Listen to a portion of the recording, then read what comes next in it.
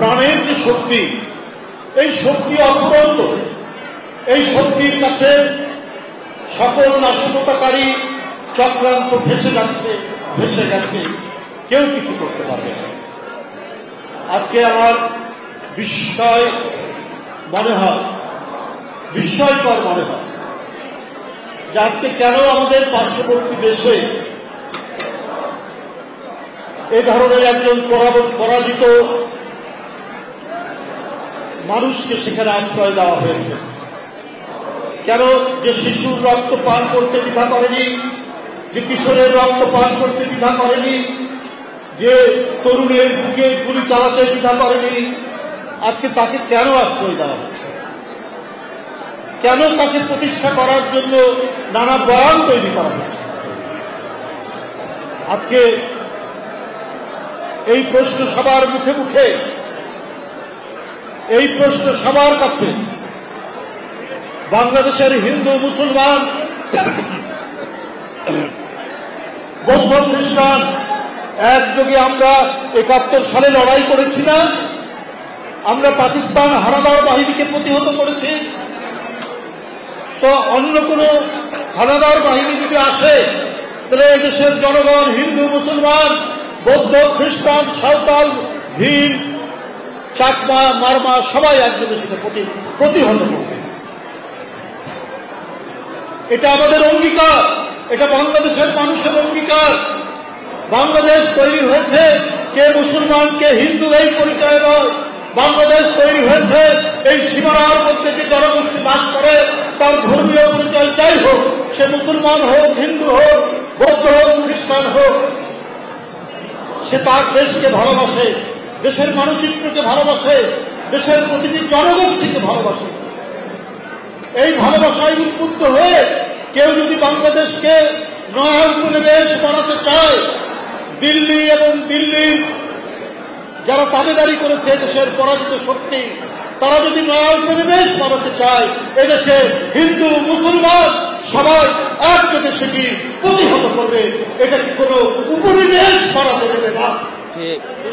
আজকে এই মহিমান্বিত দুর্গাপূজায় এটা আমাদের প্রত্যেকেরই অঙ্গীকার যে দেবী দুর্গা প্রতি বছর আসেন বার্তা নিয়ে, কিন্তু মূল বার্তা কি? অসত্যকে, অন্যায়কে, অপকর্মকে যিনি বিনাশ করে দুর্গত নাশিনী বলে যার একটি অভিধান, তিনি তো মা দুর্গা। তিনি সত্যের জন্য, ন্যায়ের জন্য বারবার পৃথিবীতে আবির্ভূত হন এবং তার এই আবির্ভাবের মধ্যে দিয়ে এদেশে মানুষের মধ্যে অন্যায়কারীর বিরুদ্ধে, পাপীর বিরুদ্ধে, অপরাধীর বিরুদ্ধে তীব্র প্রতিরোধের বাসনা গড়ে ওঠে। কেন দুর্গাপূজার মূল বার্তা হচ্ছে সেইটি। আজও অনেক অসুর রূপী অনেক মানুষ যারা বাংলাদেশকে ধ্বংস করতে চায়, যারা বাংলাদেশের গণতন্ত্রকে এবং বাংলাদেশকে পরাধীন করাতে চায়, তাদেরকে বিনাশ করার যে মন্ত্রণা, এই বিনাশ করার মন্ত্রণা আমরা পাই এই দুর্গাপূজার মধ্যে দিয়ে। দেবী দুর্গার যে বাণী, সেই বাণীর মধ্যে দিয়ে, সেই বাণী শুধুমাত্র হিন্দু ধর্ম সম্প্রদায়ের বাণী নয়, দেবীর বাণী সমগ্র মানব জাতির বাণী।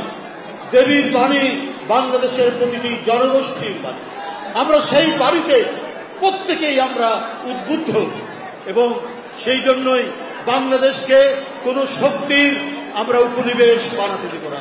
এইখানে একদিকে যেমন গণেশ, একদিকে যেমন পল্লব, একদিকে যেমন সঞ্জয়, আরেকদিকে যেমন ডাক্তার জাহিদ, আরেকদিকে যেমন ডাক্তার আমাদের আউয়াল, আমাদের আরো এখানে যারা রয়েছেন, আমাদের কি বলে মাসুদ নাকি মাসুদ, রাজু যারা আছে, প্রত্যেকে হাতে হাত ধরে বুকে বুক মিলিয়ে আমরা বহিঃশত্রু মোকাবিলা করব। এটা আমাদের প্রত্যেকের অঙ্গীকার। আমি আর বক্তব্য বাড়াতে চাই না। আমি ধন্যবাদ জানাতে চাই জগন্নাথ হল, এই ঢাকা বিশ্ববিদ্যালয়ের জগন্নাথ হল আপনারা জানেন অনেক ঐতিহ্যবাহী হল। এই হলে একসময় পার্লামেন্ট বসত, প্রাদেশিক পার্লামেন্ট। একটি বিয়োগান্তক ঘটনার মধ্যে দিয়ে সেই ভবন ভেঙে গেছে। আমি ধন্যবাদ জানাতে চাই যে সেই স্মৃতি, সেই ঐতিহ্য ধারণ করে আজও যারা এখানে নেতৃত্ব দিচ্ছেন, বিশেষ করে এই হলের প্রাধ্যক্ষ ডক্টর দেবাশিস পাল এবং এইখানে যারা আজকে জাতীয়তাবাদী এবং ছাড়াও এই বিশ্ববিদ্যালয়ের দেবাশিস পাল সহ সকল শিক্ষকবৃন্দ এবং এই হলের ছাত্র সংসদের ভিপি সহ যারা নির্বাচিত হয়েছেন সকলকেই আমি জানাচ্ছি আন্তরিক শুভেচ্ছা, তাদেরকে অভিনন্দন দিচ্ছি। নবগঠিত যে ছাত্র সংসদ হয়েছে তাদের প্রত্যেককে এবং এই হলের শিক্ষক সবাইকে আমি আমার প্রীতি এবং শুভেচ্ছা জানিয়ে আমি আমার বক্তব্য শেষ করছি। সকলকে ধন্যবাদ।